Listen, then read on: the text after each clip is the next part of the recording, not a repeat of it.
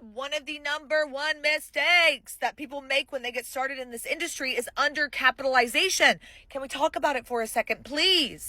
I just got off the phone with someone who's super excited about getting started in this industry, and they're talking to me about the money that they have set aside for this, and they're trying to use their own capital to get started. And they're like, yeah, I've got enough for the down payment. I'll be fine.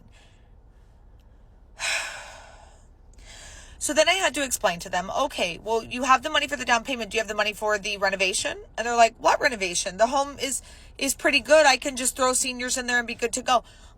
No, babe. No, babe. You need to add ramps, guardrails, handrails. You need to add more bedrooms and bathrooms. You need to zhuzh it up for the seniors. Do you have money for FF&E? Furniture, fixture, and equipment? Do you have money to set up the home for the seniors? Then they said no. Then I said, well, what about when you're not full? What about when you don't have enough seniors in the home just yet and you don't know how to fill them because you're actually trying to buy a home in another city where you have zero connections, and you need at least 6 to 12 months set aside to be paying for your caregivers, your food, your electricity, your cable, your this, your that, all of your expenses. If you are moving to a new city where you don't know anyone, it's going to be at least 6 to 12 months. And if you think you could do it in 6, just put aside 12. Okay. And depending on how many beds you have, if you have a 10 or more bed, you should put aside 12, because you would rather have more money than you need than to run out of money. And so I was like, have you considered raising capital? Have you considered a private lender or an SBA loan where you can bundle all this up and get one loan or one lender who you can be working with, who can help you with all of this? And they were like, no, I have enough money for the down payment. And I was like, I don't think this is the right industry for you, because I don't think that you understand. If you are going to limit yourself by the income and the money that you have, then this is probably not the right industry for you. You are probably not going to be successful. And I'm sorry. I'm sorry that I have to say that, because I know that many of you really want me to get on the phone with you and just tell you, you can do it. Go for it. Go serve the seniors. Woohoo!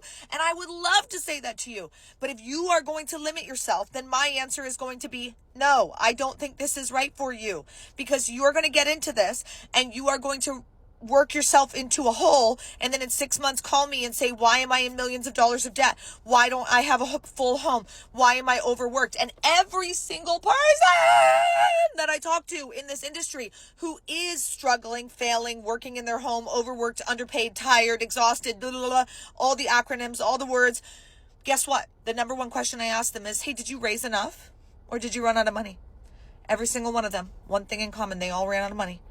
They didn't raise enough, and it's because of poor projections, because they're not a previous business owner. They don't understand capital. Or 2, they didn't have a coach or a mentor who was guiding them along saying, you need more, set aside more. 3, they thought that they could do it on their own. So they limited themselves to potentially their own capital.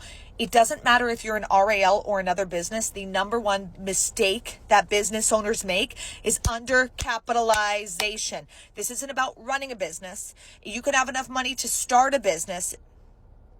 This is about carrying a business. Sorry, I had to collect myself because I don't want to be screaming at you. You didn't do it. All right.